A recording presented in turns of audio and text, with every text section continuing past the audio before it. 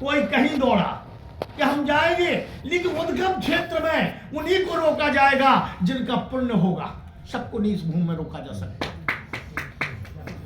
सब व्यक्तियों को इस भूमि में मौका नहीं मिलेगा, उन्हीं को मौका मिलेगा जिनका पुण्य है। उसको किसी बहाने से ये सरकार ने बुला लिया कि अयोध्या में अभी दरवाजा नहीं खुला, अब जाइए, पहले नैमिषारण्य मेरी जो धरातल है, पहले उद्गम नैमिषारण्य है, बाद में मैं अयोध्या में प्रकट हुआ हूं, इसलिए नैमिषारण्य जाइए। नैमिषारण्य नहीं गए हो तो आपका अयोध्या आना अधूरा रहेगा।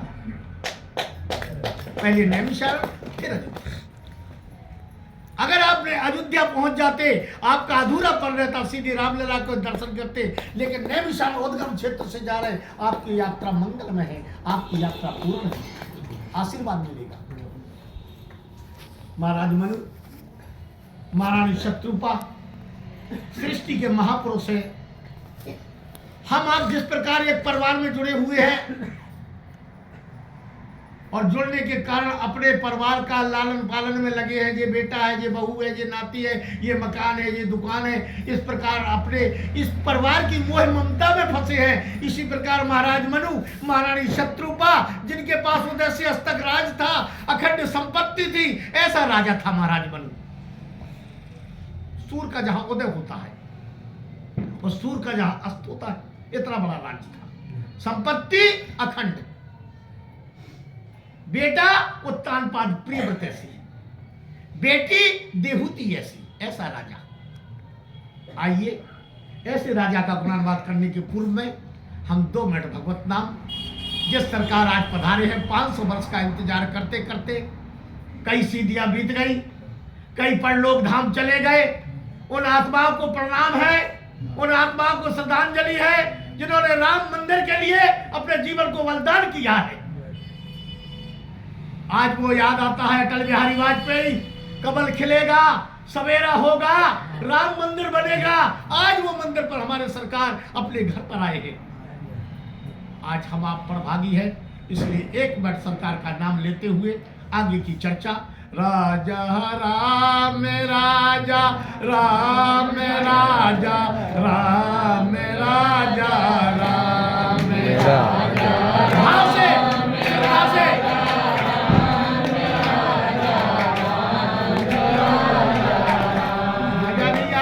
खीर आराम से पूरी पहुंच गई है, टिक्कड़ जहां वहां घूम रहे हैं, इसलिए भाव से, श्रद्धा से, प्रेम से राजा राम राजा राम राजा राम राजा राम राजा राम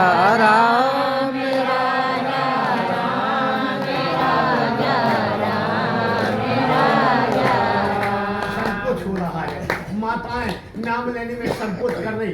एक जगह मैं कथा कर रहा था, एक मैया से कहा, मैया तुम तो नाम ले रही, ये मैया नाम नहीं ले रही। बगल वाली मैया ने कहा, महाराज और आप राजा राम सीता राम कर रहे, इनके पति को नाम राजा ही राम तो पड़त है, संकोच कर रही है। अरे मैंने कहा, मताई भगवान का नाम लेने में कोई संकोच नहीं होता है। तो आप महाराज हम नाम ले रहे, अरे मताई का ले रही, तो काल महाराज आप कह रहे राधे श्याम सीता राम, जब उनको नाम आओ तो हम कह दे पप्पू के दद्दा जय घनश्याम। किसी के दद्दा घनश्याम कह के पुकारो, भाव से श्रद्धा से पुकारोगे, जीवन का बेड़ा पार हो जाएगा। इसलिए भाव से भूल जाओ कि पानी लगू हुआ है खेत में के ना लगू हुआ है, भैंसिया लगत हुआ है कि ना लगत हुआ है, नाती का करत हुआ है, सब कुछ भूलते हुए भाव और श्रद्धा से राजा राम राजा राम राजा राजा राम राजा राम राजा राधे श्याम राधे श्याम राधे श्याम राधे श्याम राधे श्याम राधे श्याम राधे श्याम राधे श्याम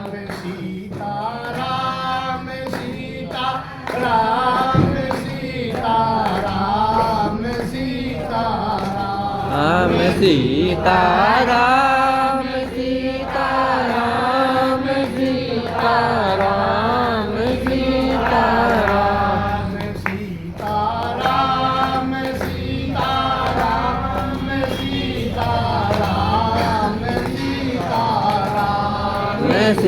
सीताराम सीताराम सीताराम सीताराम राधे श्याम राधे श्याम राधे श्याम राधे श्याम राधे श्याम राधे श्याम राधे श्याम राधे श्याम सीताराम सीताराम सीताराम सीताराम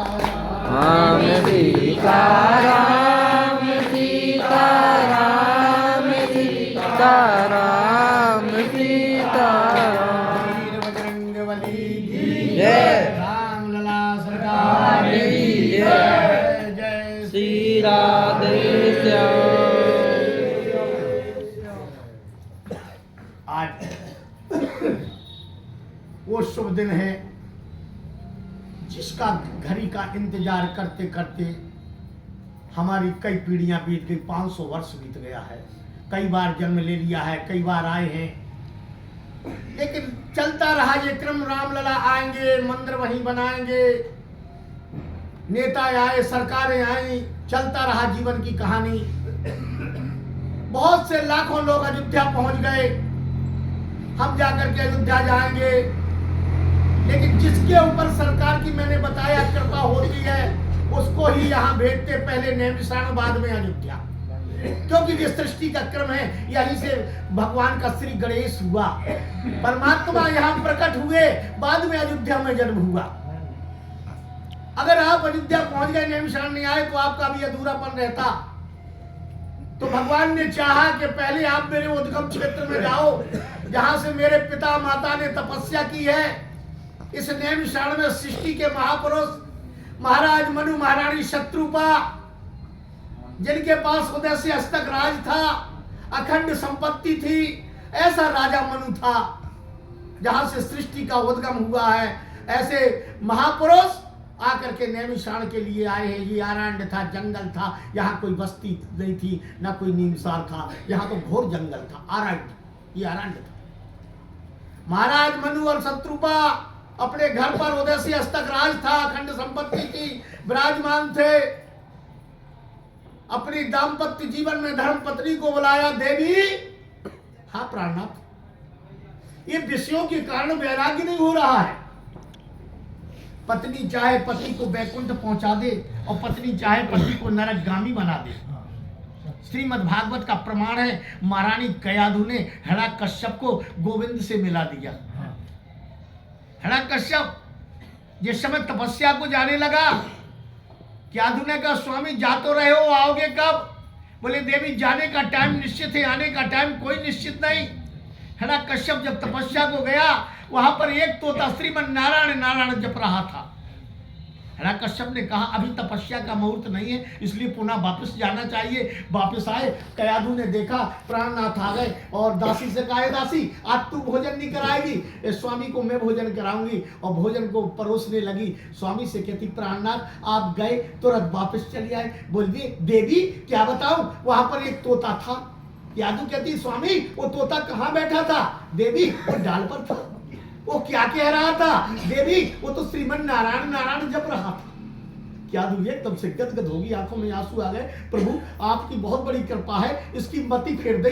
ये कहाँ राक्षस प्रवृत्ति का व्यक्ति आज आपका नाम ले रहा है। फिर कयाधु ने पूछा, स्वामी वो तोता क्या कह रहा था? हिरण्यकश्यप कहते, देवी वो तो श्रीमन नारायण नारायण जप रहा था। त्रिवाचाओं शब्दों के साथ में कयाधु ने स्वामी से बार बार और जो है बार बार प्राणनाथ से और भगवत नाम लिवाया। तो पत्नी चाहे पति को वैकुंठ पहुंचा दे, पत्नी चाहे पति को नरकगामी बना दे। वारी कयाधु हिरण्यकश्यप को गोविंद के चरणों तक मिला। आज महाराज मनु महारानी शत्रुपा के पास बैठे हैं। देवी ये विषयों के कारण वैराग्य नहीं हो रहा है। माता शत्रुपा ने कहा, नाथ क्या बिगड़ गया? दे दो बेटों को राज, चल दो वनांतर को, कर लो भजन, हो जाएगा बेड़ा पार। अभी कुछ नहीं बिगड़ा है, दे दो बेटों को चाबी और चलो इसी वनांतर में चल के भजन करेंगे। महाराज हिरण्यकश्यप ने आज कयाधु की वार्ता को माना। महाराज मनु ने महारानी शत्रुपा की बात को मानते हुए आज महाराज मनु अपने बेटा उत्तानपाद प्रियव्रत को बुलाया। बेटा, हाँ पिताजी, बेटा जी राज्य संभाल लो, हम किसी वनांतर में जाकर के भजन करेंगे। पिताजी, ये उदयसी अस्तक राज है, अखंड संपत्ति है, यही बगिया में मंदिर बनवाए दे रहे, तो ये तई तुम भजन करो, माला टारो, और जब जीवन की राधे राधे हो है तो ये तई चौतरियां बनवा दे भी, और नाती पोता यही चौतरियन के ऊपर खेला करेंगे, और दिवाली दशहरा हम दिया जलाया करेंगे कि हमारे माता पिता की ये चौतरियां है और ये बच्चे इसी पर खेलेंगे। तुम्हारे नाती पोता कहाँ दुनिया में भजन करने जाओगे। बेटे की बात को सुन करके महाराज मनु ढीले हो गए। उत्तानपाद बहुत सही कह रहे हो, अब कहीं नहीं जाएंगे, इसी बगीचा में भजन करेंगे। वारी शत्रुपा, मैया ने घुमा दिया, प्राणनाथ फिर बेटों के प्रेम में फंस रहे हो, दे दो चाबी, चल तू वनांतर को कर लो भजन, ये ममता नहीं छोड़ पाओगे। याद है तुम्हें जवानी कैसी थी, उम्र ढली हो कैसा हुआ, और आगे होगा, किसी दिन वहां पपला हो जाएगा, किसी दिन संसार से विदाई हो जाएगी, ये तई का बाजार ये तई छूट जाएगा। इसलिए प्राणनाथ दे दो जल्दी चाबी, चलो किसी वनांतर को। याद रखना स्वामी, यही बेटा 13 दिन नहीं बीतेंगे, बैंक की किताब देख ली जाएगी, पैसा ज्यादा खर्च हो गया, अब कम करने हैं, 13 में कम खर्च करना है, दत्ता की दवाई में ज्यादा लग गया है, अब ज्यादा नहीं करना, ये स्थिति आ जाएगी। प्राणनाथ दे दो चाबी, मोह ममता त्यागो, आगे बढ़ो।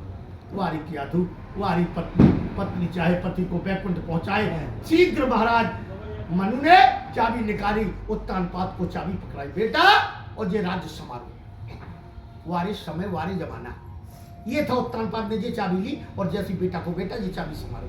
अब बेटा नहीं ले रहा है, वो आज के समय बेटा पिताजी से चाबी मांग रहा है, पिताजी चाबी दे दो, तो दद्दा कह रहे काबे मरा थे का। लड़का कहता है पिताजी चाबी दे दो, तो बाप कहता है अब मरा थे का। और उस समय पिताजी चाबी दे रहे हैं, लेकिन बेटा नहीं ले रहा। मानुष आपकी बताती है, बरबस राज सुतै नृपदीना, नारी समेत गवन मन कीना। जबरदस्ती बरबस शब्द आया आपकी रामायण में, बरबस राज सुतै नृपदीना, अपने बेटा को राज दिया और नारी समेत गवन वन कीना, और वन के लिए गए, कौन सा वन, तीरथ वर नेमिष विख्यात था, इस वन में आ गए, तीरथ वर नेमिष विख्यात था, इस वन के लिए चले, बेटे को राज दे रहे हैं, चाबी पकड़ाई। जैसी महाराज मनु ने बेटे उत्तानपाद को चाबी पकड़ाई, प्रियव्रत खड़े हैं, आशीर्वाद दिया प्रियव्रत को, बेटी देहूती आ गई, एकदम से बेटी की आंखों से आंसू छल पड़े। पिताजी कहां जा रहे हो? बिटिया किसी वनांतर में जाके भजन करेंगी। देहूती की आंखों से आंसू टपकने लगे। बेटी का ममत्व पिता के लिए इतना अखंड होता है, इतना प्यार होता है कि कोई इतना बेटा नहीं करता है। बेटी ससुराल में होती है, ससुराल वाले अनेक बातें सुनाते हैं, तेरे बाप ने ये नहीं दिया, ये नहीं दिया, ये नहीं किया, तो कहती मुझे 10 गाली दे लेना, लेकिन मेरे बाप को कुछ मत कहना। बाप की बुराई नहीं सहन कर पाती है। मुझे बुंदेलखंड की घटना याद आती, मैं कई बार लोगों से चर्चा की। एक व्यक्ति कह रहा था, महाराज मेरी लाडली की जब मैं शादी करूंगा तो ऐसी करूंगा कि क्षेत्र का आदमी देखेगा, आएगा, कहेगा कि हाँ कोई शादी हुई, 20 गांव का आदमी एकत्र होगा। भगवान की ऐसी कृपा हुई और वो व्यक्ति अमुक व्यक्ति संसार छोड़ के चल बसा। उनके यहाँ से निमंत्रण आया, महाराज हमारे ऊपर तो पहाड़ टूट गया है, लेकिन अब ये तो गए, लेकिन तुम आकर के बेटी को आशीर्वाद जरूर देना, इस शादी में जरूर आना। मैंने ड्राइवर से कहा गाड़ी लेकर के बुंदेलखंड जाना है, ये तारीख नोट कर लो।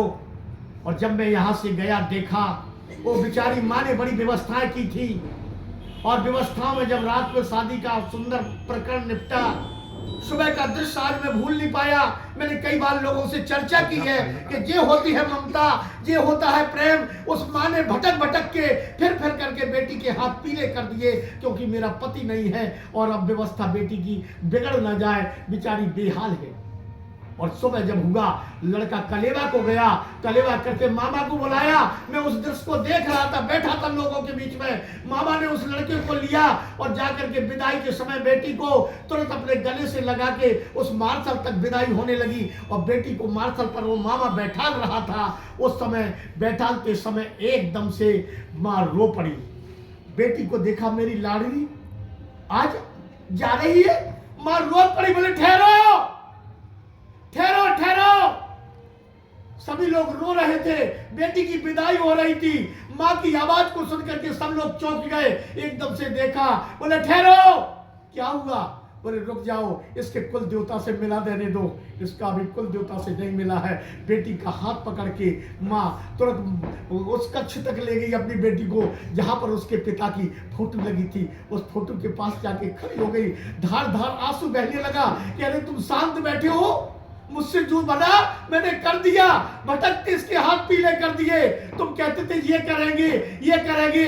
मेरी लाडली जब विदा होगी, क्षेत्र के लोग देखेंगे, रिश्तेदार देखेंगे, आज तुम्हारी लाडली तुम्हारा घर छोड़ के जा रही है। अरे कुछ नहीं कर पा रहे, इसे आशीर्वाद तो दे दो। बोलो ना, कुछ नहीं कहते हो। मुझसे तो जो बन गया मैंने इसके पीले हाथ कर दिए। बेटी की विदाई बहुत अखंड होती है। मुझे मानुष में नहीं मिला, मैंने अन्य ग्रंथों में पाया है। महाराज विदे जानकी को विदा कर रहे थे, मांडवी के ऊपर हाथ फेरा, सुत कीर्ति को आशीर्वाद दिया और मिला को संबोधित किया। महाराज जब जानकी के पास गए तो काला छा गई, रो पड़े। जानकी अब तुम जा रही हो, बेटा मुझसे कोई भूल हो गई हो क्षमा करना। आज विदेह आशीर्वाद देते हैं। शांतोवन, मैं नहीं जानता था बेटी की विदाई ऐसी होती है। बड़े बड़े पहाड़ टूट जाएंगे, बड़े बड़े आघात आएंगे, लेकिन कई बाप ऐसे मिले कि जिनकी आंखों में आंसू नहीं आए हैं। लेकिन मुझे ऐसा कोई बाप नहीं मिला जो अपनी बेटी को विदा करते समय रोया ना हो, करुणा छा जाती। महाराज शकुंतला की विदा करते समय दुष्यंत गाय भाई भाई कर रही है। सीता ने तोता मैना पाले थे, तोता मैना पिंजरे में फड़फड़ा रहे हैं। आज जानकी जा रही है। बेटी की विदाई बहुत अखंड होती है। बेटी बाप के पास जाती है, रोती है, पिताजी अब मैं जा रही हूं, अपने शरीर का ख्याल रखना। मां भी नहीं है, पिता अकेला है। पिताजी तुम ताश खेलने के लिए बैठ जाते हो, 12 बजे तक खेलते रहते हो, भूख की खबर नहीं रहती है। अब मैं चली जाऊंगी तो शरीर का ध्यान रखना। बेटी रो पड़ती है। बेटी का प्रेम अखंड होता है। बंधुओं, आज महाराज मनु महारानी शत्रुपा देवहूति को आशीर्वाद देते हैं। देवहूति खड़ी है, आंखों में आंसू टपक रहे हैं। पिता ने आशीर्वाद दिया, उत्तानपाद प्रियव्रत को आशीर्वाद दिया, बेटों को आशीर्वाद दिया, बेटी को आशीर्वाद दिया।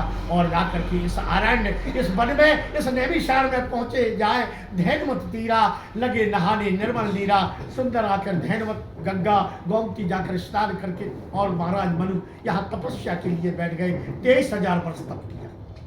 1,000, 2,000, 4,000, 10,000, 20,000, 23,000 वर्ष बीत गया। दीमक लग गई। चारों तरफ से विधि हरिहर तब देख पारा, मनु समीप आए बहुवारा। उनकी तपस्या को देख करके ब्रह्मा विष्णु महेश बारी बारी से दौड़ने लगे। राजा मांगो मांगो। ब्रह्मा कह रहे मांगो, विष्णु कह रहे मांगो, शंकर कह रहे मांगो, लेकिन दीमक लग गई। बस सब लोग भाव से श्री कृष्ण गोविंद हरि मुरारे, हे नाथ नारायण वासुदेवा, 12 अक्षर का मंत्र नमो भगवते वासुदेवाय मंत्र का जाप करते हुए 23,000 वर्ष समय बीता। ब्रह्मा विष्णु महेश आए, जैसे भगवान प्रगटे, जल छिड़का, चतुर्भुजी रूप का दर्शन हुआ मनु को। नील सरोवर नीलमण, नील नील धर श्याम, लाजे तन शोभा निरख, कोट कोट सती। चतुर्भुजी नारायण का दर्शन किया। बोलिए चतुर्भुजी भगवान की जय। चतुर्भुजी नारायण का दर्शन किया। दर्शन करके महाराज मनु गदगद हो गए। गोविंद चेहरे को निहार रहे हैं। ये झांकी मेरी आंखों से ओझल ना हो जाए, ये मेरे दिल से ना निकल जाए, ये चतुर्भुजी रूप मेरे मन में बस जाए। बार बार चेहरे को निहार रहे। भगवान बोले राजन कुछ मांगो, मैं तुम्हें देने आया हूं, मांगो। अब मनु कुछ नहीं मांग पा रहे, बार बार प्रभु के चेहरे को निहार रहे। भगवान बोले ये तो मेरे प्रेम में फंस गया, कुछ नहीं मांग रहा। भगवान ने कहा राजन सकुच विहाय मांग नृप मोही। हे राजन संकोच छोड़, हे नृप, हे राजा संकोच छोड़, सकुच विहाय मांग नृप मोही। अब तू संकोच को छोड़ और मुझे मांग ले। मनु को बल मिल गया। बोले दान सरोमण कृपान नाथ कहूं सतभाय, और चाहिए तुम्हें समान सुख प्रभु सन कवन तुराय। हे दान के श्रोमण, मैं सद्भाव से कहता हूं सरकार कोई परपंच नहीं, आपके समान बेटा चाहिए। भगवान ने कहा राजन मैं अंशों सहित ले उतारा, अकेले नहीं मैं 4 के सहित आऊंगा। मनु चरणों में गिर गया। मेरे प्रभु मैंने 1 मांगा, 4 नहीं मांगे, मैंने तो आपके समान बेटा मांगा, तुम्हारी समान सुत मांगा। भगवान बोले राजन इस भूमि का प्रभाव है, जो 1 गुना करता है उसे 4 गुना मिलता है। हर तीरथ का 1 गुना है और नेमिषारण का 4 गुना है। अगर इस भूमि में आप जीवन में 1 भागवत सुन लेंगे तो 4 भागवत का फल आपके खाते में पहुंच जाएगा। ये भागवत का उद्गम क्षेत्र है नेमिषारण। भागवत यही व्यास जी महाराज 88,000 ऋषियों को उद्देश्य दे रहे हैं। सूत जी सोनक का संवाद 1000 वर्ष तक नेमिषारण में चला। सूत जी सोनक आदि 88,000 ऋषियों को कहते हैं बाबा क्या हुआ? बोले इसके बाद ये हुआ। बाबा फिर क्या हुआ? इसके बाद ये हुआ। ये भागवत का उद्गम क्षेत्र है। अगर आपके सुकृत का पुण्य जब जीवन में उदित होगा तब आप इस भूमि में 1 भागवत, घर में 100 भागवत और तीर्थ की 1 भागवत आपका बराबर फल है। यहां कराओगे कम से कम 1 लाख रुपए का खर्च। लेकिन मैंने कहा 1 लाख ना लोग कर पाएंगे ना भागवत को सुन पाएंगे। मैंने 20 साल से प्रति वर्ष यहाँ पर 108 भागवत का संकल्प ले लिया कि बुंदेलखंड से जो आएगा वो 108 भागवतें होगी। आपको 1 ब्राह्मण मिलेगा, कुल 15,000 रुपया में आपकी भागवत हो जाएगी। खाना पीना रहना पंडित विदाई 4 लोगों की व्यवस्था है। पूरे 1 बस के आदमी हो जाओ। हमारे राकेश भैया गाड़ी लेकर के आएंगे, 8 दिन यहाँ रखी रहेगी। आप लोग आनंद से नैमिषारण के धाम में भागवत सुनेंगे। जब वो दिन आ जाए इसका आनंद लेंगे। ये वो भूमि है। ये मां भगवती की कृपा से नैमिषारण की धरा में महाराज मनु महारानी शत्रुपा ने, भगवान ने मनु शत्रुपा को वरदान दिया अयोध्या में तुम दशरथ कौशल्या बनोगे, हम तुम्हारा लाल बन के आएंगे, वचन देते हैं। शत्रुपा से कहा मैया तुम भी कुछ मांगो, तुमने भी 23,000 वर्ष साथ में रहे। माता शत्रुपा ने कहा जो प्राणनाथ ने मांगा वो मुझे अच्छा लगा सरकार। मनु बोले ठहरो जरा, 1 बात और सुन लो। बोले क्या? बोले छोड़ के नहीं जाना, मणि बिन फल बिन जल बिन मीना, छोड़ के ना जाना सरकार। अगर छोड़ के जाओगे तो जैसे मछली जल के बिन नहीं रहती है, मणि के बिन सर्प नहीं रहता, मैं नहीं रहूंगा। भगवान ने वचन दिया राजन, और आशीर्वाद देकर के महाराज मनु शत्रुपा को जाओ अयोध्या में तुम दशरथ कौशल्या बनोगे, मैं तेरा लाल बन के आऊंगा, वचन देता हूं। भगवान ने वचन दे दिया। सरकार यही नैमिषारण का जो उद्गम क्षेत्र है जहां आज सरकार अयोध्या पधारे हैं। पहले नैमिषारण जन्म हुआ था, फिर अयोध्या में प्रकट हुई। यही मनु शत्रुपा दशरथ और कौशल्या बनी। समय बीता, जीवन 3 रानियां हो गई। अवध में 3 रानियां हो गई। महाराज चक्रवर्ती दशरथ हो गए, कैकेयी सुमित्रा कौशल्या ऐसी 3 रानियां हैं। जीवन का आनंद चल रहा है। पूरे जीवन की इतिहास की कहानी इतिहास के पन्नों में हो गई। महाराज का सबसे ज्यादा प्रेम छोटी रानी से था। महारानी कैकेयी कैकेयी बहुत उत्पातिक थी, बचपन काल से छोटी से बड़ी तेज थी। एक दिन अपने घर में पिता के घर थी कैकेयी। दुर्वासा ऋषि पहुंच गए और अश्वपति कैकेयी के पिताश्री ने भोजन कराया और दुर्वासा जाकर के विश्राम करने लगे। सेज पर बेड पर आराम कर रहे थे। कैकेयी घूमती हुई गई। दुर्वासा को भोजन करके नींद आ गई। कैकेयी ने जाकर के गई और दुर्वासा ऋषि सो रहे थे, अपनी उंगली को लिया और ऋषि दुर्वासा की तौंदी में जैसे ही रख दिया, दुर्वासा एकदम से उचक गए। सो रहे थे, एकदम से उचक गए, उंगली तौंदी में पहुंच गई। बोले मेरी नींद को भंग कर दिया, ए दुष्टे, तेरा हाथ वज्र का हो जाए, श्राप दे। पिताजी ने देखा, ऋषि रुष्ट हो गए, मेरी बेटी को श्राप दे दिया, आज के चरणों में गिर गए, चरण पकड़ लिए। महाराज अभी बिटिया की शादी कौन करेगा, पराए घर का धन है ये, और आपने श्राप दिया को हाथ वज्र का हो जाए तो अब कौन करेगा, जान लेगा कोई नहीं करेगा। सरकारी गुस्सा को माफ करो, जो श्राप माफ कर दो। दुर्वासा के चरणों में कैकेयी के पिताश्री पड़े हैं, महाराज क्षमा करो। महात्मा को 2 मिनट में प्रसन्न हो जाता है, कभी आशीर्वाद वरदान में हो जाता है। दुर्वासा ने कहा, राजन अगर तेरी ऐसी इच्छा है तो मैंने जो श्राप दिया है इसे वरदान में परिवर्तित करता हूं। जा, जब ये चाहेगी तब इसका हाथ वज्र का होगा। आशीर्वाद दे। और कब हुआ, जब देवासुर संग्राम हुआ। महारानी क्या कही, चक्रवर्ती दशरथ से कहने लगी, महाराज चलो, क्या देर है। दशरथ ढीले होने लगे, बोले तुम चूड़ी पहन के घर बैठो, मैं युद्ध को जा रही हूं।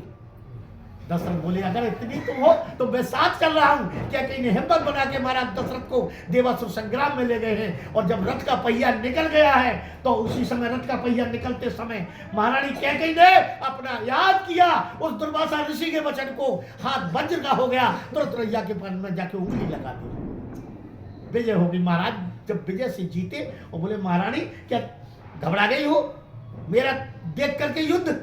और जब देखा महारानी का उंगली लगी हुई, महाराज बोले, वाह देवी, महाराज वही खेल हो जाता, ये बस मैंने ही उस पहिया में चकील निकल गई थी, मैंने लगा दी थी। बोले, देवी जो चाहे सो मांग ले। बोले, कुछ नहीं चाहिए। बोले, मांग ले। बोले, जा तेरे को 2 वचन में देता हूं। दे दिए थे। कैकेयी को बहुत चाहते थे महाराज दशरथ। चक्रवर्ती दशरथ, आज महारानी कैकेयी, सुमित्रा, कौशल्या 3 ऐसी रानी है, अवध में जीवन आनंद में चल रहा है। और कभी महाराज के मन में नहीं लालसा थी कि मेरे कोई औलाद नहीं है। महाराज ने कभी नहीं सोचा। आज उत्तराखंड की यात्रा में भ्रमण कर रहे हो, महाराज कैकेयी को लेकर के उत्तराखंड की यात्रा में गए और भ्रमण कर रहे थे। जैसे आज आप ये नैमिषारण, ये आज उत्तराखंड की यात्रा का भ्रमण कर रहे हैं, आप यहां से अवध धाम जा रहे हैं। ये क्या है, ये हमारे वाट साहब चुरारा हरदास जी, जिनके सुपुत्र राकेश इतना परिश्रम के साथ जब आया करते थे, इनको मैं देखा करता था। हमारे माट साहब आते थे तो वो बात मुझे याद है। माट साहब कहते थे, आता है और माता पिता का श्राप बच्चे को नीचे गड्ढे में फेंकता है, उसमें कोई बुराई नहीं, कोई बुराई नहीं। मेरी आंखों की कई प्रमाण है, मैंने देखा है। 4 मताई बैठी है, आपस में चर्चा कर रही, बहन तुम्हारे क्या बेटा है। बोले, हमारे तो 2 बेटा है। बोले, एक अयोध्या में महंत है।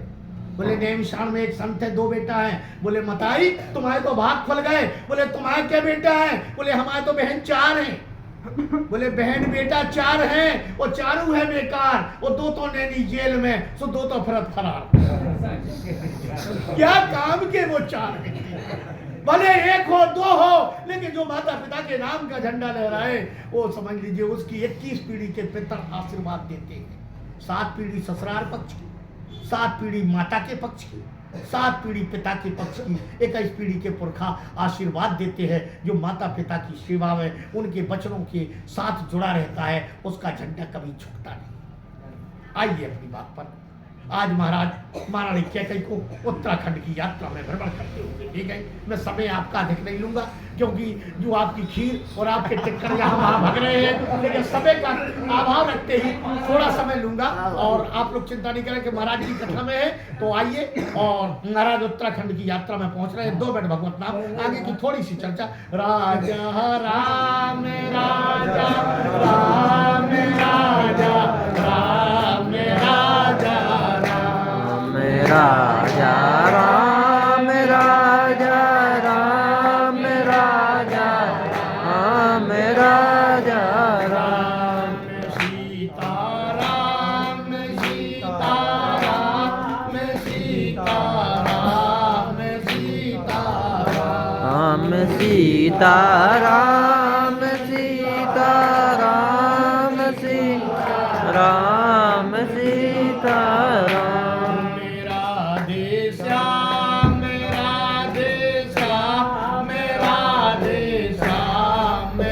सीता राम राधे श्याम राधे श्याम राधे श्याम राधे श्याम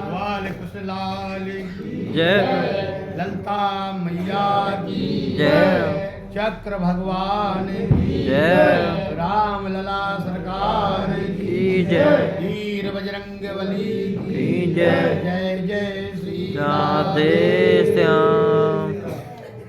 ये नैमिषारण्य का सत्संग एक घड़ी आदि में पुण्यात तुलसी संगत साध की सारा ये कोट बरदान आपके जीवन के कोटान कोट जो पाप है आज इस सत्संग में धुल जाएंगे।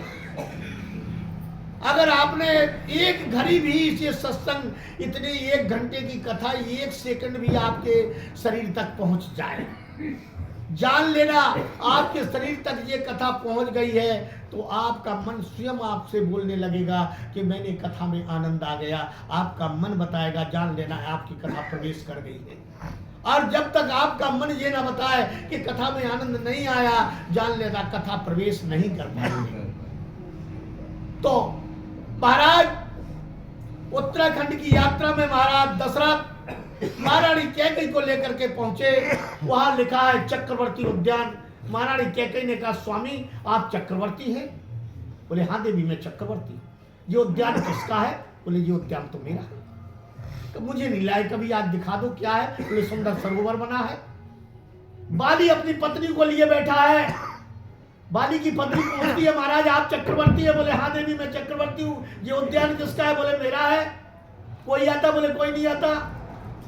दशरथ कैकेयी को लेकर प्रवेश किया। बाली की पत्नी ने कहा महाराज ये कौन आ रहे हैं? बोले ये रास्ता भूल गए। कैकेयी ने कहा महाराज ये 2 कौन इधर बैठे? तुम तो कहा कोई इसमें नहीं आता। तो बोले ये रास्ता भूल गए थे, आके बैठ गए। महाराज दशरथ ने कैकेयी को समझाया, बाली ने तारा को समझाया और जाकर के प्रवेश किया।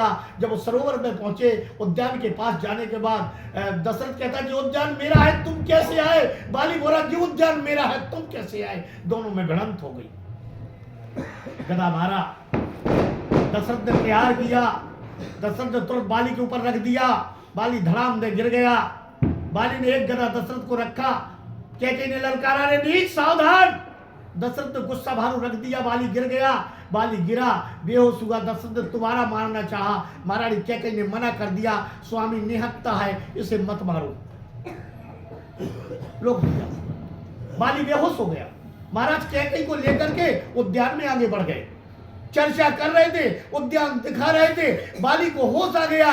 पीछे से बाली जाकर के पेड़ की आड़ में खड़ा हो गया, लिया गदा और घुमा करके महाराज चक्रवर्ती दशरथ को रखा सर पे, धड़ाम में गिर गए। दूसरा गदा का प्रहार किया। कैकेयी ने ललकारा रे नीच, मेरी बलहारी मना, मैंने तुझे बचा दिया और अब तू मेरे पति को दोबारा मार रहा है।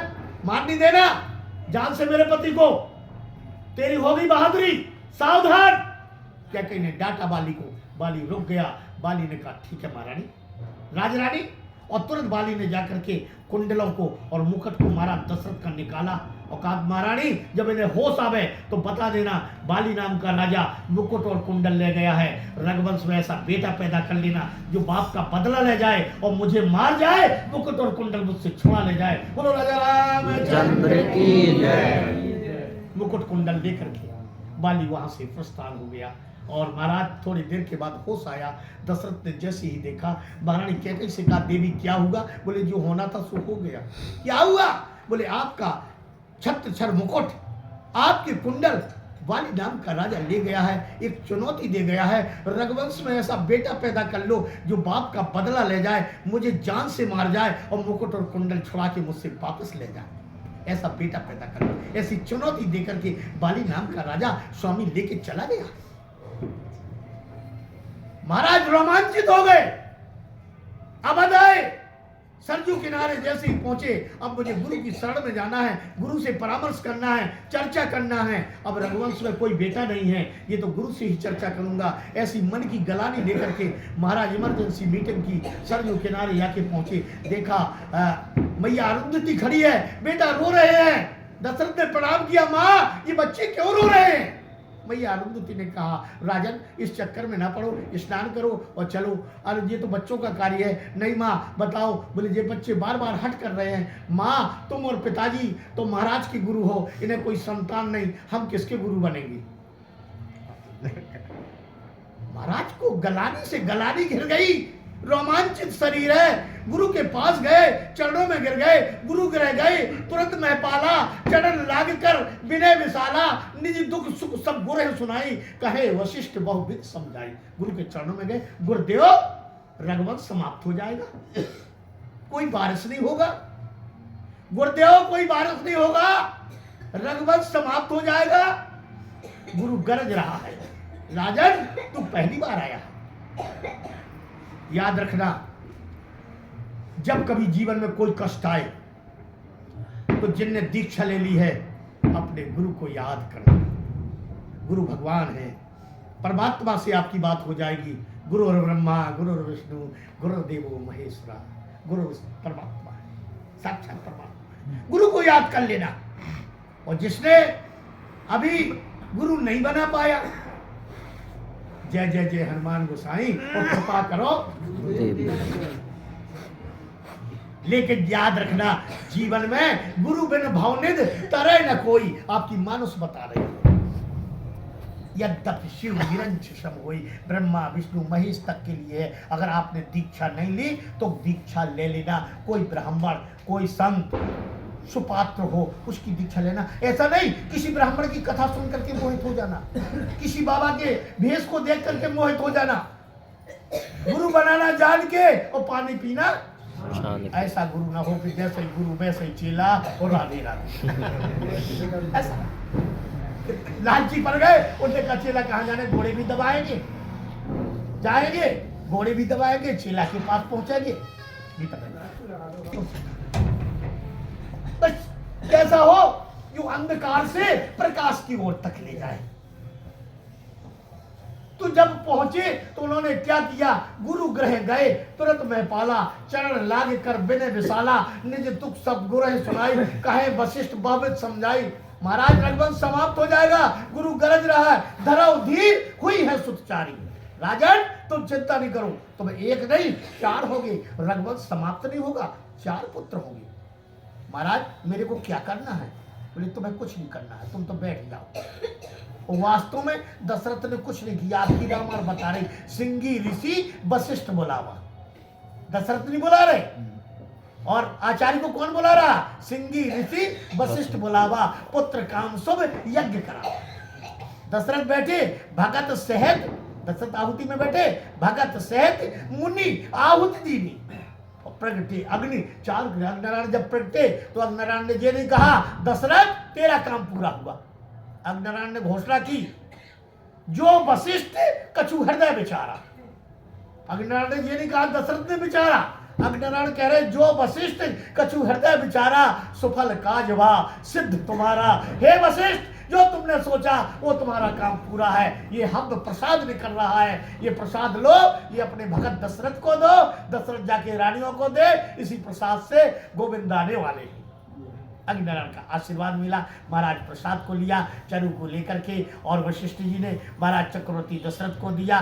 महाराज दशरथ ने प्रसन्नता से उस प्रसाद को लिया। बोलो राजा रामचंद्र की जय, रामलला सरकार की जय। प्रसाद को लेकर के आके आए और गुरुदेव ने दशरथ को दिया। दशरथ ने आकर के अपनी तीनों रानियों को बुलाया। तीनों रानियों को महाराज बहुत चाहते हैं, क्या सुभद्रा कौशल्या ऐसी रानी है। तीनों रानी को बुला करके महाराज ने उस प्रसाद को लिया। अर्ध भाग कौशल्या दीना, आधा भाग लिया महारानी कौशल्या को दे दिया। अब बचा आधा, उभय भाग फिर आधा की ना, फिर उसमें से आधा। 2 भागों को, एक कौशल्या को मिल गया। अब कैकेयी और सुमित्रा के हाथ पे धर दिया। जब इनको तीनों को मिला सुमित्रा बहुत प्रसन्न हुई। बोले मैंने उम्मीद नहीं की थी कि महाराज मुझे तीनों रानियों के बराबर चाहते हैं। आज मुझे मालूम हो गया इसीलिए कि महाराज का जो प्रेम तीनों रानियों में, मैं तो समझती थी कि महाराज का सबसे छोटी रानी में और उनसे बचा सो महारानी कौशल्या में, मुझसे तो है ही इसने, लेकिन ये उम्मीद नहीं थी। लेकिन एक प्रसाद के बंटवारे ने साबित कर दिया कि महाराज का प्रेम मेरे प्रति तीनों रानियों के बराबर है। इतनी प्रेम में प्रसन्न हो गई कि उस प्रसन्नता के कारण वो प्रसाद लिए थी, आंसू बहने लगे और प्रसाद हाथ से एक पक्षी लेके चला गया। कौशल्या रो पड़ी, सुमित्रा रो पड़ी। कौशल्या ने देखा सुमित्रा को रोके, कौशल्या की आंखों में आंसू आ गए। कहते कि आंखों में आंसू आ रहे, क्या बात है, क्यों दुखी हो रही हो?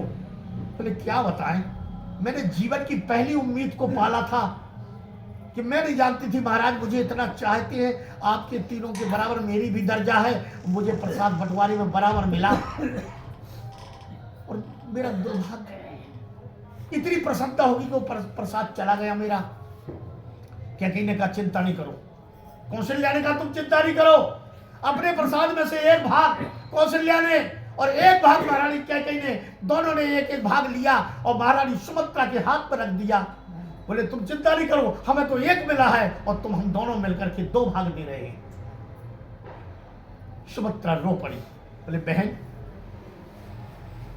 कौशल्या, अगर तुम्हारे प्रसाद से प्रभु ठाकुर जी ने मुझे कोई औलाद दे दी, कोई बेटा हो गया, तो अपना बेटा मैं तुम्हारे बेटा की सेवा में दे दूंगी।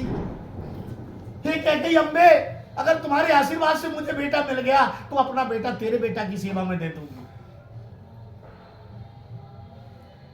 और मानुष कहती है कैकेयी सुता सुमित्रा दो, कैकेयी सुता सुमित्रा दो। सुमित्रा ने दो पुत्रों को जन्म दिया, कैकेयी ने एक भरतलाल जी को, कौशल्या ने रामलाल जी को, और भरत और आपके शत्रुघ्न जी और लक्ष्मण जी जाकर के महारानी सुमित्रा जी। प्रसाद का बंटवारा हुआ। कथा मानुष की बहुत अनंत है। भगवान का जन्म हुआ, गर्भ में आए, योग लगन ग्रह वार्तिक, शकल भय अनुकूल। आज वो घड़ी आ गई, आज वो घड़ी आ गई, आज वो दिन आया जिस घड़ी में, जिस दिन में मेरे सरकार ने 500 वर्ष तक का जन्म लिया था। वन प्रकरण में गए, अवध में परलोक धाम की यात्रा करके आज अपने घर में पुनः वापस होकर के मेरे प्रभु आज पधारे हैं। आज वो घड़ी धन्य है, आज वही घड़ी थी, वही रात आज की अमूल्य थी। कल की रात अमूल्य थी, वो रात अमूल्य नहीं थी जब वन प्रकरण में भरत राम को मनाने के लिए गए थे। वो रात अमूल्य नहीं थी जब कैकेयी महाराज दशरथ से राम को 14 वर्ष का वन मांग रही थी। लेकिन आज की रात ये अमूल्य थी। 500 वर्षों का निर्णय कल 12 बजे क्या होगा। ये हमारी बीजेपी सरकार, कितनी सरकारें आई, मैं जात पात की कोई बात नहीं करता हूँ, ना सरकार की कोई बात करता हूँ, हमारी इतनी सरकारें आई, लेकिन ये इतिहास के पन्नों में हमारे योगी और मोदी का नाम गाया जाएगा। आगे की पीढ़ी आएगी कि हमारा रामलला का मंदिर, जो हमारे प्रभु छप्पर में नहीं बैठेंगे, हमारी सरकार आज मंदिर में बैठेंगे। आज हमारे प्रभु मंदिर में बैठे। जय श्री राम, जय श्री राम, जय श्री राम, जय श्री राम। से बोले रामलला सरकार की तक आवाज पहुंच जाए, आपकी प्रभु के चरणों तक पहुंच जाए। जय श्री राम, जय श्री राम, जय श्री राम, जय श्री राम, जय श्री राम, जय श्री रामलला सरकार की जय, की मैया की जय, की मैया की जय, लक्ष्मण भैया की जय, यादव भैयन की जय, यादव भैयन की जय, मैया की जय, महाराज चक्रवर्ती दशरथ महाराज की जय, जय श्री राम, जय श्री राम। आइए अपनी चर्चा पर, आइए अपनी चर्चा पर। बड़ा सौभाग्य है, आप उस सत्संग की धारा में गंगा स्नान कर रहे हैं। ये स्नान में विशाण में आपका सौभाग्य है। मानुष में बता रहा था ये रात आज की अमूल्य थी। वो रात अमूल्य नहीं थी जब भरत 14 वर्ष की अवधि के लिए गए थे। वो समूल चित्रकूट में भक्त राम से मिले थे, धनुष बाण जमीन में गिरे थे। उठे राम जब प्रेम धीरा, कहूं निसंग कहूं धम तीरा। धनुष बाण कह रहे थे हमको भागी है, जो लदे हैं, और जो भरत ऐसा महात्मा आज प्रभु के चरणों में गिर रहा है। विदे माता सुने ना, भरत जी सबको ले गए थे सामने से, ससुर जी को ले जाएंगे, सास जी को ले जाएंगे। हमारी बात नहीं मानेंगे तो सास ससुर की तो बात मान लेंगे, जब उनकी नहीं मानेंगे तो जानकी से, जब उनकी माँ कहेगी तो जानकी भगवान राम से कहेगी, वापसी हो जाएगी। भरत जी पूरे समाज के साथ पहुंचे थे। लक्ष्मण की धर्मपत्नी वीरवती और मिला भी साथ विराजमान थे। बस 20 मिनट का समय लूंगा आपका, बस 20 मिनट का समय आप लोग भाव से देंगे, वाणी को विराम कर दूंगा। आज भाव से उस चित्रकूट में बैठे हुए जानकी देख रही थी भगवान राम वन देवी से कह रहे थे, वन देवी, और तू ना ये रास्ता को साफ कर देना। वन देवी ने कहा प्रभु आप तो निकल आए हो, अब रास्ता की क्या जरूरत है? बोले ये कांटे साफ कर देना। क्यों? बोले मेरा भैया भरत आ रहा है। तो अयोध्या का राजा, वन देवी ने कहा प्रभु अयोध्या का राजा इतना नाजुक है कि इन कांटों से डर जाएगा। राम ने कहा वन देवी नाजुक नहीं है, लेकिन इन कांटों को देख करके मेरे भरत का शरीर पिघल जाएगा कि मेरे कारण मेरे भैया को ये कांटे सहन करना पड़े। इसलिए वन देवी ये कांटे साफ कर देना। और भरत जब राम से मिले थे, बड़ा सुंदर विषय है, चर्चा हो रही थी। आज जानकी बार बार लक्ष्मण की धर्मपत्नी वीरवधु के उर्मिला के चेहरे को देख रही थी कि चलते वक्त इस महापुरुष ने उर्मिला से एक ही बात कह के निकल आया, उर्मिला उर्मिला विदा करो, दिन है खुशी मनाने का, माता ने भी दे दी आज्ञा, पढ़कर चुका बन जाने का। वार्ता नहीं कर सका धर्मपत्नी से, और उर्मिला मेरे कुटिया में बैठी है और उर्मिला से मिलन इसका हो जाए। तो जानकी ने कहा लखन, हाँ माता, जाओ पुष्प की डलिया मेरी कुटिया में रखी है, भगवान का पूजन करना है, पुष्प कुटिया से उठा लाओ।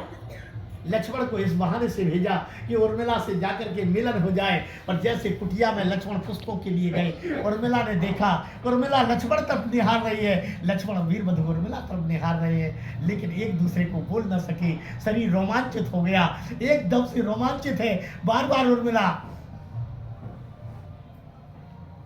और जब लक्ष्मण कुछ कह ना सके पुष्प उठाने लगे तो उर्मिला ने कहा ये बन के शेर, ये बन के शेर, वन में रहने वाले, इस जंगल में, इस अरण्य चित्रकूट में रहने वाले शेर, मैं तुझे रोक नहीं लूंगी। तू चिंता नहीं कर, तू पुष्प लेके जा रहा है, तुझे रोक नहीं लूंगी।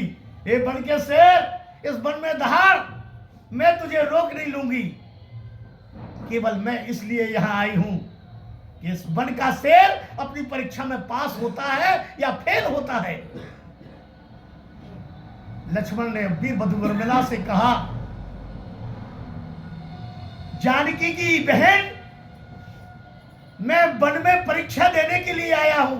14 वर्ष की परीक्षा देने के बाद जब मैं पास हो जाऊंगा तो मालूम हो जाए मैं तुम्हारे लायक हूं या नहीं हूं। तुम जानकी की बहन हो ना, तो अभी मैं परीक्षा में जब पास हो जाऊंगा तब आकर के मैं मिलूंगा। अभी मैं परीक्षा में पास नहीं हुआ हूं। 14 वर्ष की अवधि के बाद मेरी मां सुमित्रा ने कहा था बेटा 14 वर्ष तक नींद नार भोजन त्याग देना लक्ष्मण। तो मैंने अपनी मां सुमित्रा से कहा था मां मैं 14 वर्ष तक सोऊंगा नहीं, ये वचन देता हूं, मैं ये वचन देता हूं। मैंने अपनी मां को वचन, तो मैं परीक्षा देने आया हूं। ये वन का शेर 14 वर्ष की तपस्या के बाद परीक्षा में जब पास हो जाएगा तब जानकी की बहन से जाकर के मिलेगा। और मेरा रोमांचित हो गई। पुष्प लेके लक्ष्मण कुटिया से वापस आ गए।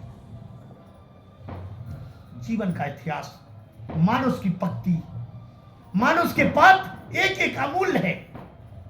वीरवधु उर्मिला ना होती ये मानुष अभी अधूरी होती, लक्ष्मण ऐसा पात्र ना होता तो जी आज मानुष अधूरी होती। हम याद करते उस वन प्रकरण को, याद करते उस वन प्रकरण को जब मानुष में लखन को शक्ति लगी थी। हनुमान जी द्रोणागिर से संजीवनी लेकर के आ रहे थे, भरत नंदीग्राम में थे, और भरत ने जैसे देखा और तुरंत बार थोड़ा राम शब्दों को सुन करके तुरंत ही और एकदम से हनुमान जी रो पड़े। क्या हुआ? लखन को शक्ति लगी, और जैसे भरत रोए तो अवध से सब इकट्ठे हो गए। क्या हुआ? लखन को शक्ति लगी। कौशल्या, सुमित्रा, कैकेयी, राज के सब लोग इकट्ठे हो गए। क्या हुआ? लखन को शक्ति लगी। भरत रो पड़े, बोले मेरी माँ राम के काम ना आ सकी, मैं अभागा भी राम के काम ना आ सका। मैंने अगर ऐसा राम के प्रति कोई आराधना तपस्या की तो जे कभी होश में आ जाए। हनुमान जी होश में आए। क्या हुआ? लखन को शक्ति सुन करके भरत जी रो पड़े। कौशल्या, सुमित्रा, कैकेयी नंदीग्राम में सब इकट्ठे हो गए। क्या हुआ? कैकेयी गरज गई, आर्यसमंत मंत्रीवर, लाओ मेरे पति का धनुष बाण। अगर मैंने जीवन में पतिव्रता का पालन किया हो, अपने जीवन में पतिव्रता का पालन किया हो, तो आज रामायण यहीं समाप्त हो जाएगी। आगे सातों कांड नहीं बनेंगे। रावण का वध राम नहीं करेगा, कैकेयी करेगी। अगर मैंने पतिव्रत धर्म निभाया हो। ये रावण की कितनी बड़ी औकात है, अपने बेटा मेघनाथ को भेजकर मेरे बेटा लखन को इंद्रजीत का बाण छुड़वा दिया। सावधान, ए सुमंत, लाओ मेरे पति का धनुष बाण।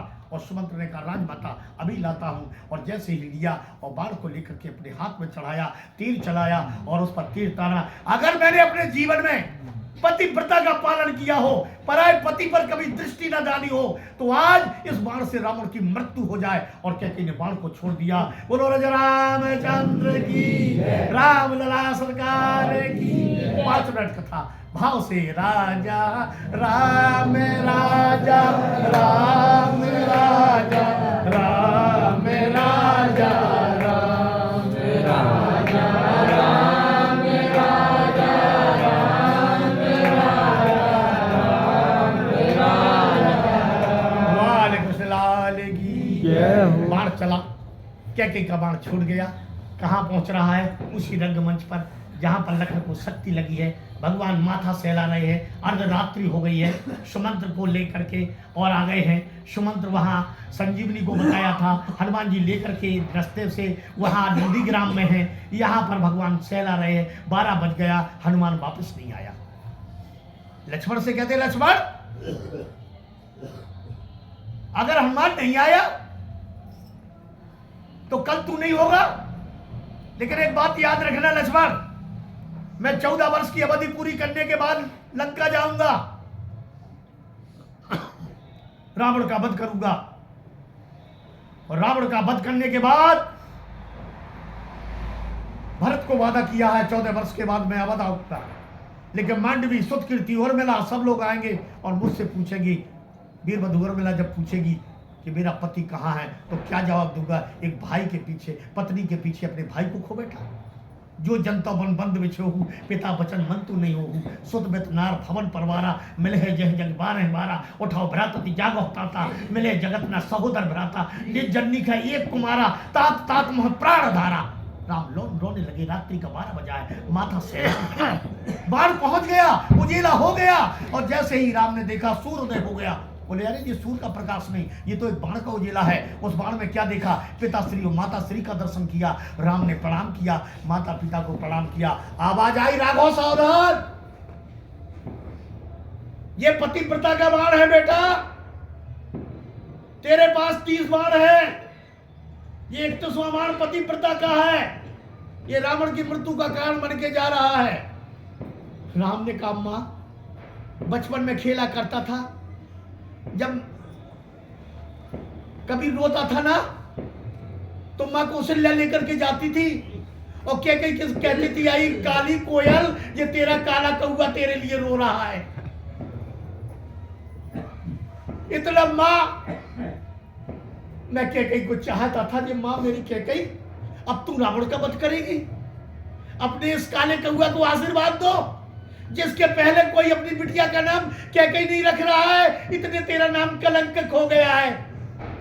मैंने बचपन काल में तेरी आंखें मूंद करके वरदान प्राप्त कर लिया था। मां, तुझे संसार कुछ कहे लेकिन मुझे वन भेज देना। मां, तूने आशीर्वाद दिया था राम बन जाओगे तो बन जाओगे। अब तू ये जस ले रही है, ये जस मुझे दे मां, बाण वापस कर। राम ने जय रोते हुए आंखों में अश्रुपात भर के मां और पिता को प्रणाम किया। बाण, राम आगे की लीला बहुत बड़ी होगी। ये 31वां बाण है, 30 बाण तेरे पास है, तरकस में रख लेना। और नाभि का, अमृत का ये जो है विभीषण के द्वारा भेद पता चलेगा और भगवान शंकर की शेषबद्ध रामेश्वर की स्थापना होगी, भोलेनाथ की होगी। रावण वहां से आएगा और रावण के पास जाके जामवंत आदि सब भेजे जाएंगे। रावण से कहा जाएगा कि तुमको आना है, तो बोले ठीक है मैं आऊंगा। और क्योंकि राम तपस्वी है, वहां पर शंकर जी की प्राण प्रतिष्ठा कर रहे हैं। रावण बोला ऐसा कोई विद्वान नहीं है जो ऐसा हो, तुम्हारे समान ऐसा विद्वान नहीं है। रावण को राम ने आमंत्रित करके बुलवाया। राम जब रावण के पास गए, रावण से चर्चा की गई। रावण ने कह दिया ठीक है मैं चलूंगा। बोले ठीक है, और जो आचार्य का धर्म है, जो सामग्री नहीं हो यजमान के पास, वो आचार्य का कर्तव्य है कि सामग्री लेके आऊंगा। भगवान ने रावण ने अपने बेटे से कहा जाकर के सीता से कह दो तैयार हो जाए और चलना है और वापस आना है। राम यज्ञ कर रहे हैं, सीता को लेकर के रावण और जाकर के वो स्थापना हुई भगवान शंकर की। जब शंकर की स्थापना में पूजन में रावण आचार्य बन के आया और आचार्य बन करके और बैठा, सीता को दूर विमान कर दिया। और जैसे ही कहा सब तैयारी है, राम ने कहा सब तैयारी है, कोई कमी है? बोले कोई कमी नहीं है। बोले यजमान के साथ पूजन में धर्म पत्नी प्रतिष्ठा में बैठना चाहिए। राम चौंक गए, बोले कोई चिंता की बात नहीं है, ये आचार्य का धर्म होता है कि यजमान के पास सामग्री कम हो तो आचार्य पूरी करे। बेटा जाओ सीते को लाओ। सीता को जाकर के भगवान राम के पास पहुंचाया। पूजन में सीता और राम बैठे और पूजन का विधान से पूजन चलने लगा। रावण की लीला हुई तो आवाज आई बेटा राम।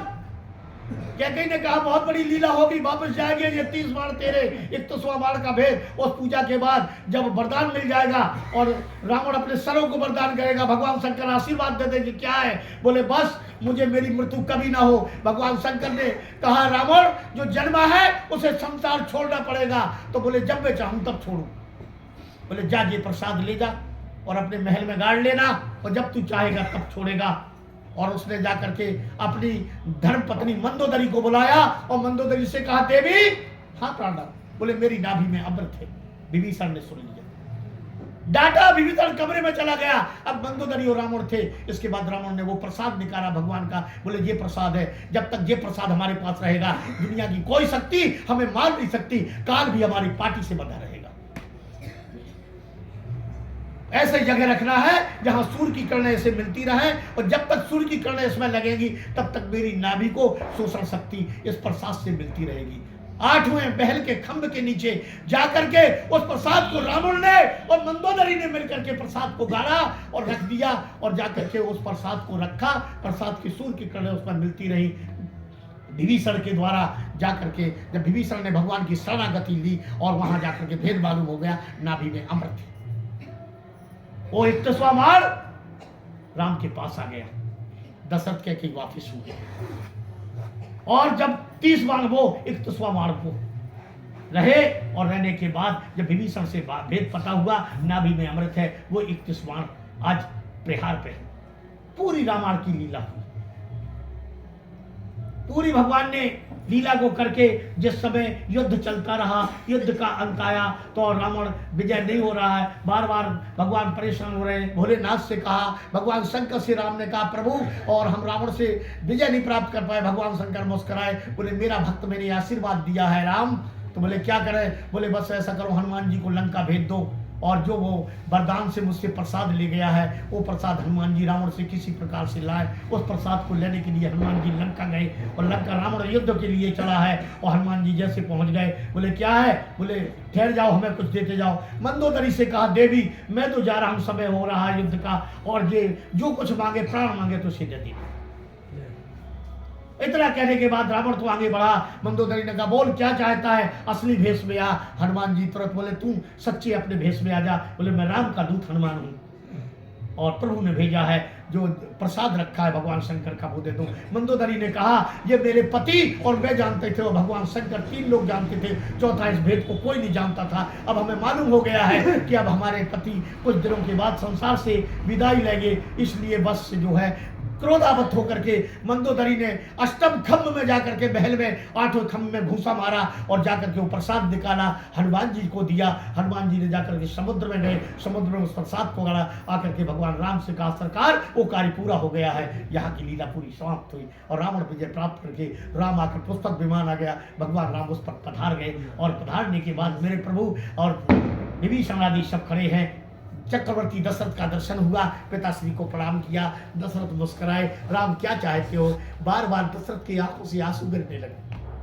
भगवान राम ने कहा ये मेरी ममता में फंस के अभी भी वहां जाने के बाद इनकी मेरी ममता नहीं छूटी है। एक पिता का वात्सल बेटे के प्रेम को कभी नहीं छोड़ता है। भगवान राम ने देखा पिता को रोते हुए, दशरथ का दर्शन किया, बोले इनको ममता नहीं छोड़ रही है। पिता से कहा पिताजी ये संसार है, कितने बार आप मेरे पिता बने, कितने बार मैं तुम्हारा पिता बना, कभी कोई किसी का पिता, कभी कोई किसी का बेटा। ये संसार सृष्टि का क्रम बनता है। आप मेरे पिता हो, मैं परम परमात्मा एक लक्ष्य लेके आया हूँ और नर लीला कर रहा हूँ। आप उसमें मेरे पिता मनु शत्रुपा के रूप में आके मेरे पिता बन गए, मैं आपका बेटा बन गया। इसलिए आप प्रभु के चरणों में अपना भजन करो, भगवान से लो लगाओ, और बस यही जीवन का आनंद है। और बस बोले राम अब मुझसे कुछ मांग लो, मैं तुम्हें दे रहा हूँ।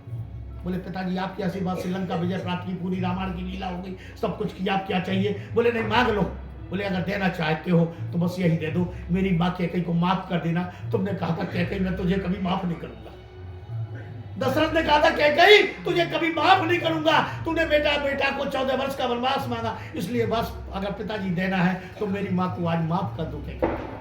दशरथ ने आशीर्वाद दिया, पिताजी का दर्शन हुआ, पुष्पक विमान पर बैठे अयोध्या आए, पूरे जीवन की लीला हुई। इंतजार होता रहा और भगवान विचार करते रहे कि वो दिन वो घड़ी कब आएगी कि मैं आज इस छप्पर में अपनी नर लीला करके जाकर अयोध्या में ये छप्पर में व्यतीत कर रहा हूँ। ये सीख दे गए थे मेरे प्रभु कि तुम्हारे जीवन में सुख भी आवे, दुख भी आवे, छप्पर भी मिले, महल भी मिले, कभी हिम्मत को मत तोड़ना, साहस को मत तोड़ना, संघर्ष को करते रहना, जीवन का आनंद लेते रहना, भगवान के चरणों में प्रीत बनाए रखना।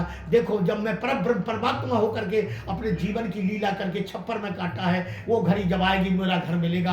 आज वो घड़ी पर हमारे कई महापुरुषों ने जीवन बलिदान हुआ, कई पीढ़ियां बीत गई, इंतजार होता रहा, लेकिन वो घड़ी, वो समय, वो दिन आज आया जो हमारी खुशियों का अथाह दिन है। ऐसे में हम आपने सत्संग किया, रामायण की पूरी लीला का दर्शन किया। आज हमारे रामलला सरकार अपने घर में आज गर्भ से जाकर के विश्राम आप अपने घर पर पहुंच गए हैं और प्रभु के